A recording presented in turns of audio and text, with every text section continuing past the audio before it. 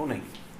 As you may have gathered from the slide, I think my name's still Clive Paskell. The title is Business and Resources Manager, something that's hung around my neck now for 20 some odd years. And I work for Cambridge Meridian Academies Trust. And as you probably gather from the logos, there are currently 3 schools within the trust. And as I say, it might be useful for me just to run through a little bit of background before I start talking about the differences between single academies and multi-academy trusts. So Swasey Village College, 99, 100%, 5 or more higher grades, 27 out of 27 Ofsted at the last inspection. So generally a school that's doing fairly well, set in leafy, rural sort of Cambridgeshire, nice little village. Much of its catchment comes in by bus. I'd say a highly successful school led by a highly successful head teacher. We decided to become a trust school some years ago. It was 2008, I think, when the trust school process really started, predominantly because there was talk of a new town springing up between Swasey and Cambridge, just off the lovely A14, the second best car park, I think, on our road network. And it was the only vehicle through which we could actually go forward and actually bid to sponsor the new school. So we created our trust, and the town of Northstowe was duly sort of supposed to happen and appear. And then the recession hit. Nobody was building houses, nobody was moving. So there was no new town, there was no new school to build. We've been successful. We've managed to get the bid through for both the 1,800 pupil secondary school and a 300 pupil sixth form, but not a house in sight, so hence no children. So at that point we thought, well, what else can we actually do? We sort of got our sights set on doing something.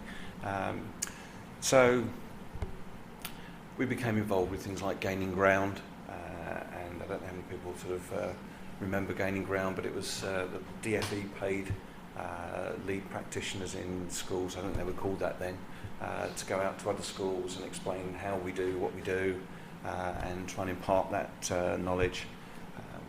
And so we did some of that work. We had a bit of capacity around to enable that to start.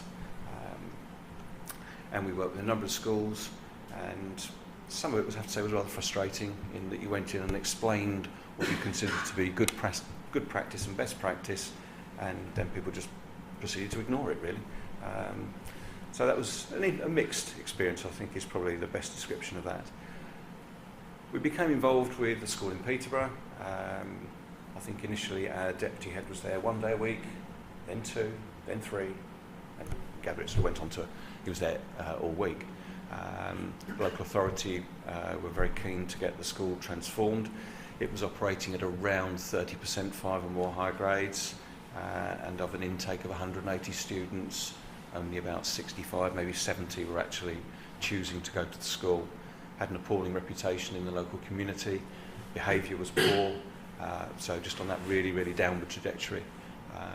And the local authority obviously wanted to step in and become proactive. By that point it had disbanded the governing body, an interim executive board was in control of the school. So we originally became involved with the Gaining Ground strand, and then we were successful in winning the tender to actually convert the school to an academy. And the school was called Alton Lonville School, and I think I have to put a £1 in the box every time I say that word now. On conversion in September 2011, it became Neame Park Academy, and since that point, 2 and a bit years ago, it has now 75% been rebuilt, so in a brand new building. Not that I think that necessarily contributes to the transformation of the results. They appeared before the building actually. So last September they were back up to national averages. The intake is I think maybe 1 off full, I think, at the last count, but we anticipate by the time we get to September it'll be back full in year 7 again. And it's back on the right track, it's operating in the right trajectory. So not being one to sit around and do nothing, we decided, well, okay, what's our next challenge? And we were approached by the local authority, this time in Cambridge, to converse with initially the school that, again, is another pound in the swear box, called the Manor School, which is on the Arbury, which is the most deprived part of Cambridge. And at the time, by league table statistics, was defined as the 8th worst performing school in the country, so a bit of a challenge, to say the least. So entering a competition for that, we were successful in winning the competition to promote that school. It converted to an academy and changed name, so I'm allowed to call it North Cambridge Academy now, and that was September 13. So CMAT, which is a lot easier than saying Cambridge Meridian Academies Trust, on a regular basis, now comprises of 3 secondary schools. And to give you an idea of size, Swasey Village College is about 1,230 students and will grow by another 1 FE in 2015. Neen Park Academy is 950 and North Cambridge Academy is 400. Quite interesting, if you go back, both of the schools that have been sponsored, you know, they were originally, I think, North Cambridge Academy was something, well, if you go far enough, it's 1,200 students. It declined to about 750. It's now down at 400. So, an interesting challenge.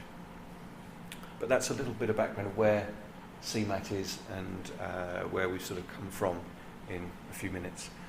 We are also about to take a primary school into the trust in, I think the conversion date is now May. Again, that's in Peterborough. And probably consistent with the other schools, we're looking to either modernise or rebuild the school. Because, I don't know why, but most of these family schools seem to also have appalling buildings. Getting to some of the differences between single academies and, again, it's easier to say match the multi-academy trusts every 2 seconds. I think the first obvious one is that for those who are in academy, you'll be aware, obviously, you have a master funding agreement with the Secretary of State that basically agrees what you're going to do, and in return he actually gives you some money, which is quite nice. But the fundamental difference with running more than one school is that you have a supplemental agreement which covers each individual school, and the supplemental broadly covers things like the opening date, the grounds for termination, land restrictions, and something that's going to become superfluous is insurance costs. So I'm not sure how they're going to make every individual academy comply with the individual strands of their supplemental funding agreement when they take insurance away and centralise it, but hey, it's not my problem, so somebody else could pick that one up. I think the other strand that you would expect to see a multi-academy trust having is a requirement within the finance handbook, which seems to change with great regularity. Wait for the next edition. Is that as a multi-academy trust, if your annual budgets or income exceeds 10 million or you have capital assets over 30 million, then it's mandatory for you to have an audit committee. If not, it's actually just a suggested requirement at the moment. Consolidation of accounts, again, something that we're obliged to do. We do choose, and I'll touch on this later, to keep all accounts separate for each of the schools and then just consolidated as the auditors come in at year end. But again, something you won't have to do as an individual academy.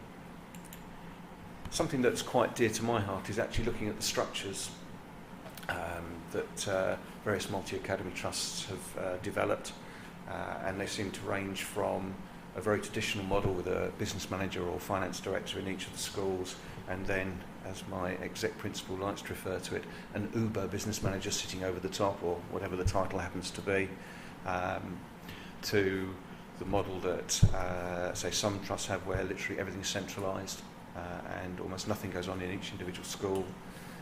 We're very much evolving, and we're probably towards the other end of the spectrum where I am the only business manager across all of the schools. I do now have an assistant. I think they brought that in to sort of try and regain my sanity, if that's vaguely possible. But again, it's I say it's very much a transitional phase, and something that I will pick up later around reaction to circumstances.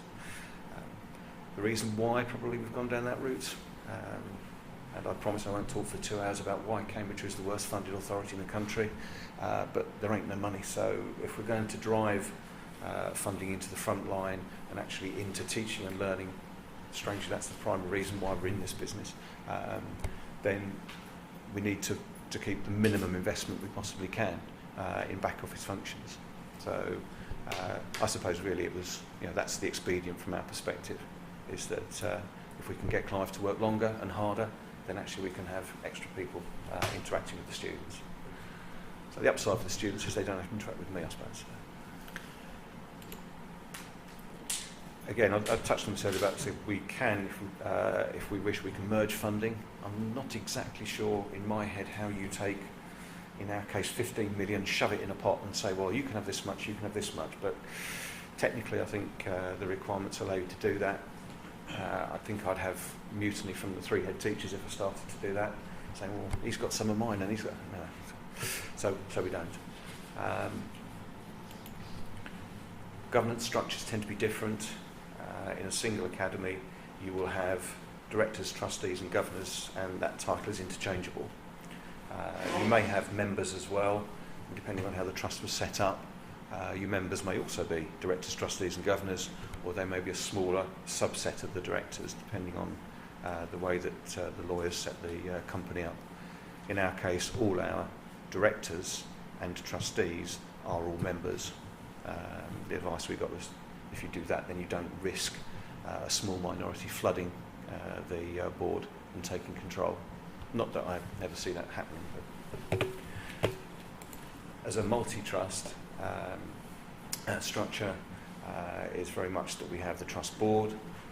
We'll have a central subset of the trust board, which does also involve local governors on a finance committee. So all finances are dealt with centrally, as are premises, personnel, and obviously audit sits alongside that. And then we have a local governing body who deal primarily with the teaching, learning standards and ethos. So in each school you've got those very, very focused groups to drive that agenda. If governors at that level want to become involved with finance, premises or personnel, then they have the opportunity to apply to be on the other committees, but predominantly they are trust board committees. Looking at some of the challenges that we face, and I'm very conscious actually that within the slides there's rather a lot of challenges, and I think some of the challenges actually really are opportunities, but I will try and sort of canter through these fairly quickly and not go into too much depth. Again, I think as you grow, the demands of taking on sponsored schools in particular, whilst there's a financial cost to that, there is also the element that you don't always have the right resource. So in general terms, if you've got a surplus of maths teachers at the moment, you're extremely lucky. They're a very, very rare commodity, very difficult to get hold of, and if you find good ones, people will be hanging on to them. So you haven't got these people sitting there waiting to deploy them into this school that's desperately in need of almost everything. The funding you get from the DFE, of course, is declining rapidly. So the amount we got for Neen Park Academy is very, very different to the amount of funding that we got to transform North Cambridge Academy. And the schools themselves will be, by nature of where they are, lacking in resource. Their IS system might be outdated. All of those things that will actually just add to the demand and drain on your existing resources as a trust. So we touched on capacity. I think again it's not just the teaching side. I think one of the other things that we very clearly noticed when we went into the school in Peterborough initially was that actually a team of 14 of us went in, ranging from exams, data, finance, through to obviously all the other teaching and senior leadership strands. So it's not just the teaching strand that actually you need to make sure you've got capacity. Management of expectations, again, very, very different. You walk, some of these things stick very clearly in your mind when you walk into this school and no one's smiling. And you think, okay, it just sort of tells you about the mindset of the school and where it is. So one of the schools I walked into, it felt like the Wild West as you walked in, kids running all over the place, no control, no systems, and nobody smiled. It was, for me, that was almost a test. Things are starting to get better when the staff start to smile, because actually then the kids start to smile, and then actually you start to see things getting better, because strangely I think you should enjoy going to school. That's what I tell my kids anyway. So managing expectations will be quite interesting, because I think some will expect you to come in almost on this charger and charging over the horizon and say, right, everything's sorted, everything's fine, everything's wonderful. Of course it isn't, it does take a little bit of time. And you also encounter obviously those situations where people don't want you to come in and sort the problem out, because they've been used to it for years. So it's changed it. Need to understand the context where you're going. Again, it's something very, very much, as you may have gathered from the 3 different schools that we work with at the moment, they're in very, very different surroundings. So a nice little leafy village in Cambridgeshire to an inner city school where there's, again, the context is different in that you have a lot more competition, obviously, in the city for students. So it's a lot easier for them to walk down to the next school down the road. Also around the, I've put culture on here. I think there are 2 strands to that. One is obviously you've got the cultural issues. So in Peterborough, I think the school has, I think the last count was 37 or 38 first languages for students. The school in Cambridge, 80% of students trigger a DACI funding, which is the index for deprivation. So it's trying to understand what the local drivers are that actually make the school what it is. I think the other strand under culture is actually the culture of the staff, and understanding that you go into a school that's actually down here, and schools are no different to business in my perception in this respect, because if it's not being run well, then actually staff aren't going to be happy, they're not going to be motivated, and you're unlikely to go into a situation where there is a positive culture, positive ethos and a can-do culture that actually, we can sort that out, because they haven't. Other things that we've picked up around, if you start to work across multiple authorities, doesn't sound like a major issue, but then you suddenly find that Cambridge and Peterborough have totally different structures for their non-teaching job evaluation and pay scales. So all the harmonisation issues are things that you'll need to pick up, and it again, it's just HR issues, but it's something that we probably didn't expect, because there's a national pay scale, but hey, this is education and nobody has anything the same, do we? Luckily that's a strength. The other thing that we're picking up is, and I probably should have mentioned it earlier, is that apart from running those 3 secondary schools, we also provide and have supported a chain of 3 primary schools to become a multi-academy trust in their own right. But we also deliver all of their financial services from top to bottom. So it's a bit like having 3 more schools sitting on the side. And my point about scale is that I've gone from probably checking at this point of the month 1 payroll to doing about 7. And so that whole scale issue becomes a real challenge. Because strangely, payroll seems to be at the same time every month, and it's for all the schools at the same time. Budget reporting is at the same time every month. So that whole process suddenly shifts up a gear and makes it much, much more difficult. But hey, it's a challenge, and it's something that we will overcome and deal with and work out the best way and most efficient way. I think this probably links back to some of the things we were talking about earlier around efficiencies. Information flow and remoteness from the core activities. I think I was talking to somebody earlier, and I used to be at every SLT meeting, senior leadership team meeting. Can't do that anymore, because can't be in so many places at the same time on a Monday afternoon, strangely. And cardboard cutout just doesn't work. It doesn't give me anything back at all. So again, trying to ensure you get that information flow of actually what decisions people are making, what things are going to impact on the budget, is a real challenge. It's the downside of not having an individual business manager in every school, but again, as I said, it's an expedient financially why we don't do it. And my concern is that, again, it's a challenge, is how you ensure that we don't miss the opportunities, that because every school is individual in its individual circumstances, and not having somebody there can't be an excuse for not picking up on an opportunity for that school.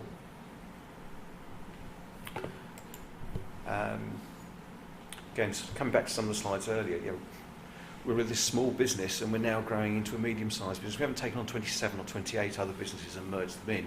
It's exactly the same issues, but a lot more subtlety around probably there'll be bigger businesses and there'll be more. We can't just go in and say, well, we're not doing that because we've got 950 students or 200 staff who might not be quite so happy if we said we're going to suddenly whip that piece out. But that's exactly the sort of process we're going through. As I said, we deliver financial support out, we deliver ICT support, we deliver health and safety support, audit support. So we're on selling our services like a small business. And we're finding a bit like the sigmoid curve where you hit this point where you're bringing in business, you keep bringing in business, and hang on a minute, my resource isn't keeping pace with the amount of business I'm bringing in, but I can't afford to buy in the extra resource to sustain that. And you see this a lot with small to medium businesses where they either manage to get over that and rise again, or they just go straight down. And I think that's, again, it's a real challenge as you continue to grow, especially if you're on selling your services outside. Well, no longer the jack of all trades that I used to be. I can't go and tell you where the plugs are in the hall to go and fix the lights. I can't tell you where the plunger is for the... No. But those things are gone, and I think it's one of the things that probably I struggle most with is that I walk down the corridor now of a school, and how do I retain that? I still know everybody, and I still know everybody's name, and they vaguely recognise me and either curse me or say thank you for that extra money that you put in our budget this year. It's a challenge, but that's life. It changes. Just added this one around, again, getting supportive accountants and auditors and solicitors on board. I probably spend half my life now talking to solicitors and accountants, to be frank. I seem to spend half my life actually just in audit, but that's maybe doing 2 trusts and having lots of different auditors, but that's what it feels like. But again, it's getting people who understand the nature of your business and understand that you can't just necessarily treat it in the same way as any other business. It is a school, and it is different. Centralisation, and I'll touch on this a little bit later around talking about local authority, but one of the things we're finding is that we centralise catering, reprographics, trips, uniform, online payments. As we start to look at all of the little projects that were maybe a small project in one school, they now say, well, actually, why aren't we looking at that across the trust? And shouldn't we actually be looking to reprographics is a classic. Why do I need 100 copy a minute machine in every one of the schools? Can I look at efficiencies and so on around that? So again, it's something that we're very, very conscious of, and it's something that, where do you start and where do you stop? And on that vein, unpicking 2 schools is a lot easier, or processes and systems is a lot easier than unpicking 4, 5, 6, 7. So anybody who's sort of moving down the train of multi-academy route, I'd suggest if you're at point of 1 going to 2, now is the time to start looking at those systems if you can find the time and resource to do so. And it's not about creating a template that you impose on others, but it's creating something that at least gives you a framework that you can look to deliver. And again, I touched on this again around, am I turning into our own local authority? In which case, how do I avoid this remoteness, empathy, lack of understanding sometimes? And I get on very well with our local authorities, to be honest. They're great, but they're not in the school. And that's one of the challenges I think that you face as you continue to grow as a business. How do you ensure that the central core functions, no matter what it is, actually support the primary objective of teaching and learning? External perceptions change. How do others perceive the trust? So I've talked about the local authority. As I say, Cambridge are all but 1 secondary school have become an academy, so they're quite used to that. They've been very supportive, very proactive. It's your relationship with your accountants, solicitors, and just generally externally around understanding that we're a business and we're looking to find customers for the services that we're offering these days. Something that occurred recently that I hadn't really thought about was that with all the change and restructure, we suddenly find that some of our key staff actually, do you know what, this isn't for them. They suddenly decide that, well, I've worked in one school for however many years, and I don't really like the idea of I deal with that school now, then I go to that one, then that one, and just within the same office even. And I think it's something just to be mindful of, that the actual turbulence it creates within teams can be something that you need to be mindful of. And I've just put here, define the keepers and make sure you hang on to them. Which is why they send me out on a regular basis, probably, I don't know. So, being more positive now and looking at the opportunities. And of course all those challenges are opportunities for us to do things better. Scale does allow you to start looking at other methods of tracking, monitoring. In particular, one of the areas we're looking at is online tracking, monitoring, reporting back out to trustees, principals, head teachers, budget holders. So we've engaged with a piece of software that local authorities strangely have used in the past, as of some of the big mats, a company called Arovia, that allows us to do everything cloud-based. Be impressed with that.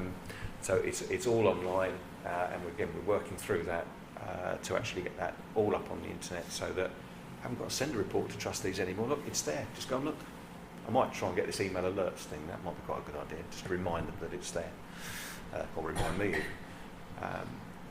Again, looking at our reporting consolidation. So I think when we first started with 2 schools, we must have spent about 3 hours in the finance committee meeting just poring over every line of every school's or the 2 schools' budgets. Very quickly realised this wasn't a productive use of an evening. So we now, I think, have condensed the 3 schools plus the core trust function into one report that is probably about 3 sides of A4. And most of that is now text rather than numbers. People don't like numbers. They like bar charts and graphs and things. That's fine. Benchmarking internally is actually so much easier, because I know the rationale why that is like that and that is like that. So we've just submitted a bid for a free school, and had the joy of going to the DFE for the interview. And I was just waiting for the questions. Well, how have you come up with these wonderful guesstimates of how much you're going to spend on your premises? And I've looked at school A, B and C. I said, well, that's the average of the 3, because I don't know where the school is at the moment.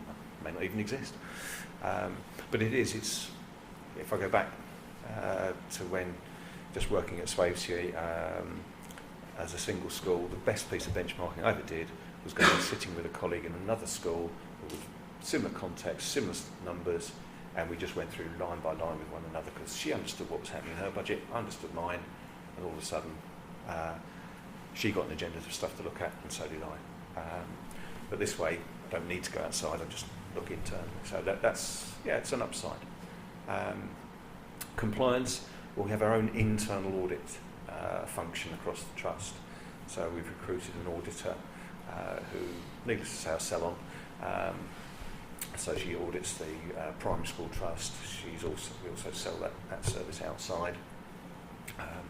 But again, it's trying to drive the highest levels of compliance internally, so that when the external auditors come in, I've actually got nothing to do. That's a nice theory. I'm not sure I'll ever get to that point, but that's where we're trying to drive to with that. It's given us an opportunity to review our staffing structures and see what efficiency gains we can actually drive. And it's not been, I suppose, a proactive review. A lot of this has been reactive. So, for example, I've had 2 resignations for varying reasons, but all of a sudden it's given me an opportunity to do things differently. So one of the schools, I'm saying, well, I'm going to bring the finances into a central core team, and we'll try running without the finance in that school. They'll have a cashier, but everything else will be done centrally. I'll let you know how that gets on, but I'm sure it'll be fine. But it's a real opportunity to look and do things differently. We touched on pooling of funding and pooling of resources. Again, it's something else that we're looking at. So, if geographically I've got 2 schools that are close together, well, why do I want to buy another minibus? Can we not share the 2 that we've got? Or do we buy one between the 2 schools or the 3 schools? All of those things, it's suddenly starting to ask very, very different questions around solving the problems. Economies of scale, I think people say this is the panacea of being a multi-academy trust. I'm not necessarily convinced. I can see some things where we start to make small savings, and to be fair, they will be longer term gains. And until we really, really get heavily into some of the procurement strands, But even then, the exam fees are fixed, gas and electricity, that I think it's being mooted that the DfE are looking at that as a central provision after insurance. So some of your big costs, you're probably not going to make the massive impacts on. And even put 3 schools together, the massive consortia can't drive down the cost of gas and electricity. It is what it is. So I think it's one that we will keep an eye on opportunities, but they don't tend to be massive. As I said, we sell on our services to other schools locally, and we haven't quite got into selling to other businesses yet, but I think that's a strand I'm interested in looking at, in particular in health and safety. It's an area that I think schools have probably overlooked. So we have a health and safety officer across our trust who also works one day a week at another school, but we're looking to develop a suite of health and safety related training that we may then sell as a package out. And some of that may even go into the commercial sector. But touched on procurement again, some of the ways we can actually drive savings. Still not convinced about central stationery store. One of the principals in the new school in Peterborough wants a central stationery store where teachers can go and, I've run out of textbooks. Great, we've got loads in the store upstairs. Not convinced about that, but we'll try it and see if it works. And if it works, then it might enable us to procure at the same time if we can get standardisation. Again, that's another area that I think is probably touches on your economies of scale. If you can drive commonality in 3 schools, partly I say good luck, but it's something that will then enable you to drive the economies probably better, because everybody wants their different coloured books and stuff. But yeah, we'll try it. We'll give it a go. I think that probably sort of leads me on to the most salient point really, that from our perspective this is very much an evolution, and there are no right or wrong answers from our perspective, and that you need to keep an open mind around stuff. So, what does the future hold? Well, according to the DfE, I think they're saying that our opportunities are limited by geography. And as I didn't do geography at O-level, A-level, I'm a little bit limited, but I think the idea is that you should only be within a lunchtime's drive. So, as I probably alluded to at the beginning, being just off the A14, it probably means you can get to the end of the road if you're really lucky. So I'm not sure where that leaves us really. Limited by status, so within Cambridge there are all but 1 secondary schools and academy, so it's unlikely that we're going to bring other secondary schools in within Cambridge, maybe Peterborough, maybe within a geographical 1-hour radius, whatever that happens to be. We are limited by capacity, funding. As I said, up until 2 days ago, we were the worst funded authority in the country. And I think we will benefit from the 350 million, fortunately. So it's about, I think, looking at which ones are right for you, which ones fit your business. And I think, again, TSG probably did this when they were taking on businesses.